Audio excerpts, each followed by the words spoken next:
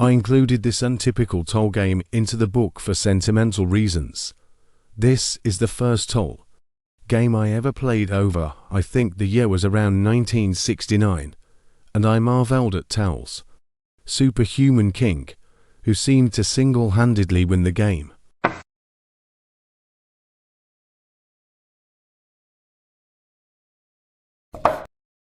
Compare the position Tal got to this one, which arises from the perk Austrian attack. I think white holds an edge here, and he stands far better than in the position Tal reached in the opening of his game.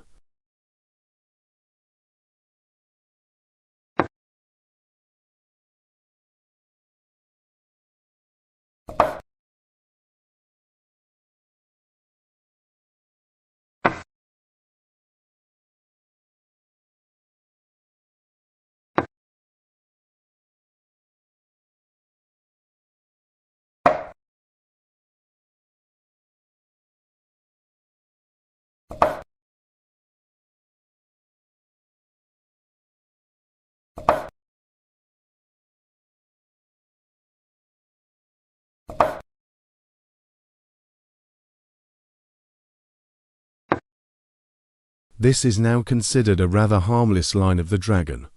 If Tal were alive today, he would play the Yugoslav attack and deliver a quick mate on 99.99% of his opposition.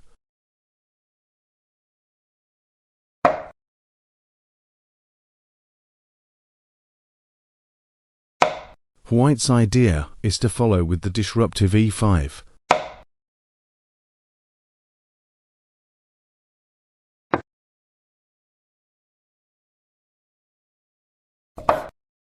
Good move, avoiding d-take e5.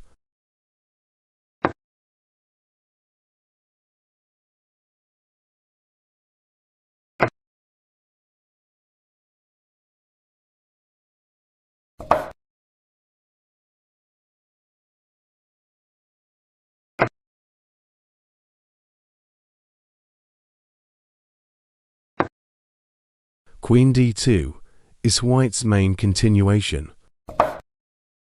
I already prefer Black, who controls the center and also looks to have the more promising attack if White castles long, since the b-file is open. This move allows White to swap away the dark squared bishops, which I think benefits Tal's side. Good move, otherwise Black's bishop is just too influential on its diagonal.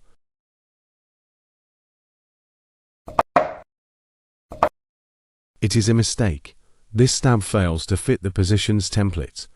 This rash move is typical of the young Tal, who weakens his kingside light squares, playing for an imaginary mate. Correct was Queen f2. Also promising is bishop take d4.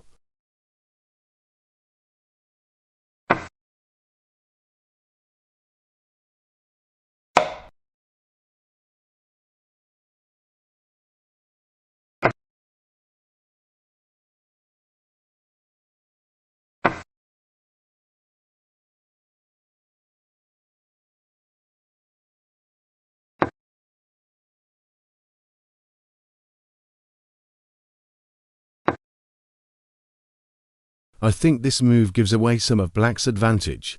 I would retain queens with knight g4.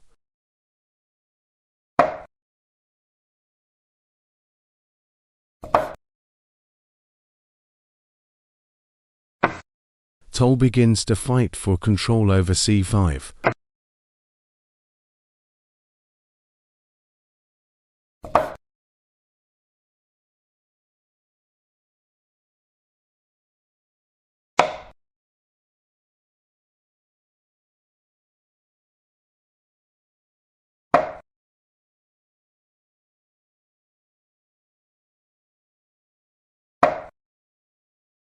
Seizing the open file. Good move. We tend to respond to confrontation with either withdrawal or fury. Tal hopes to scur away some of the pawn weaknesses in his position. Sensing trouble, He correctly offers a pawn to damage black's structure and plug the f5 hole with a pawn. This is okay, but black would have done better by declining the sacrifice with knight g3.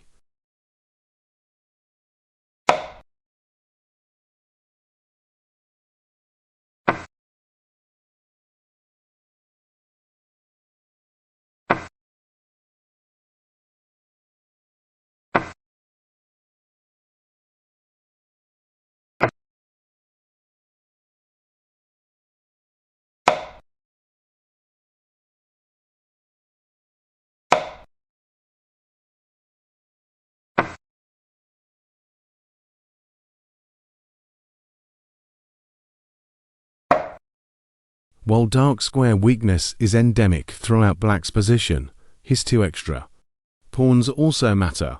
White's minor war successes, his admittedly impressive-looking king, are not able to compete with his failures on the home front.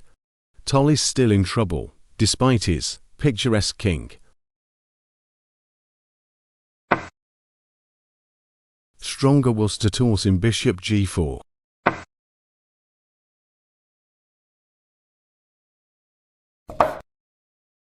The rook makes it clear that c6 isn't open for rent. It can also swing over to the king side and attack h4 along the third rank.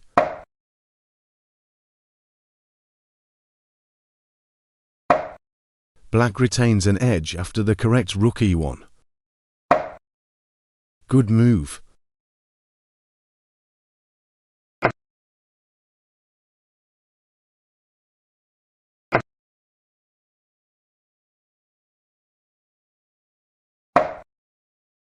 Covering f4, but allowing king entry to d6. Good move. White doesn't stand worse here, despite black's two extra pawns, since he's super active. King makes up the difference.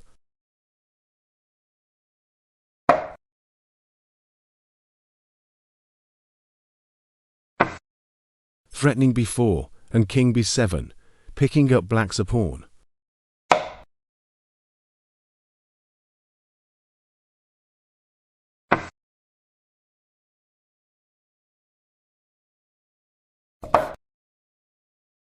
Black should hold the game after rook h2.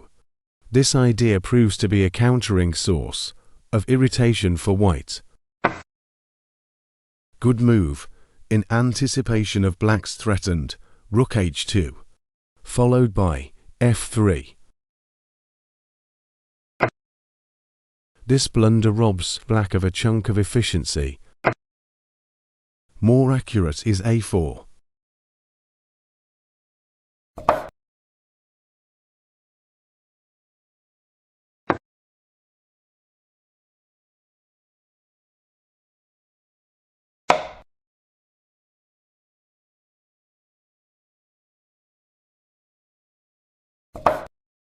Good move. For many moves white's king cast longing eyes upon the c6 dash pawn. Black has no useful discovery.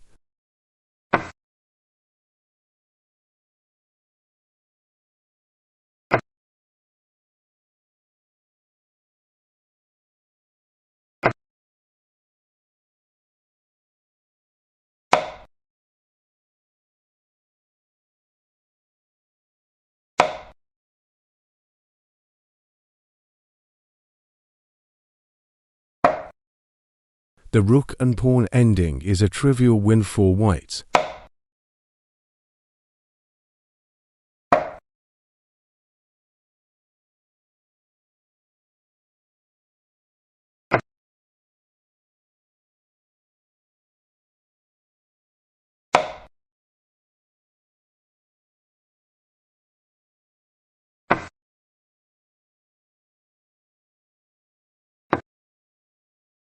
Good move, cutting off black's king.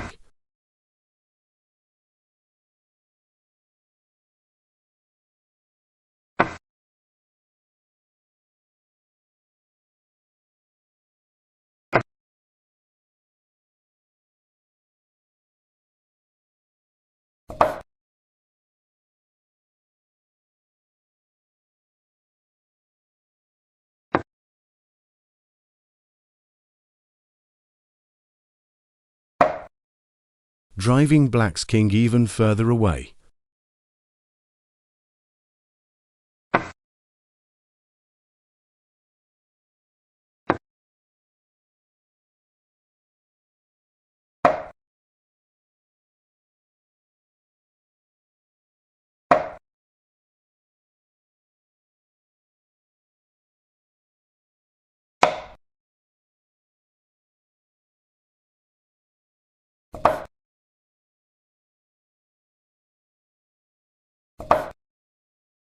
Black's lone passed pawn isn't enough to save him.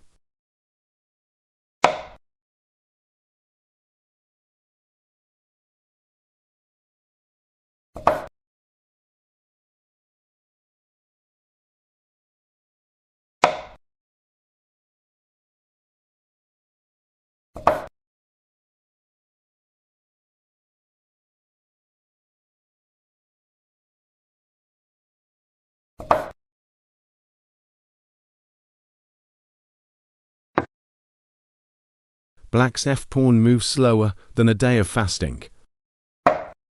If you aid and abet a murder, are you not equally guilty as the one who pulls the actual trigger? Black promotes to a new queen, only at the cost of his king.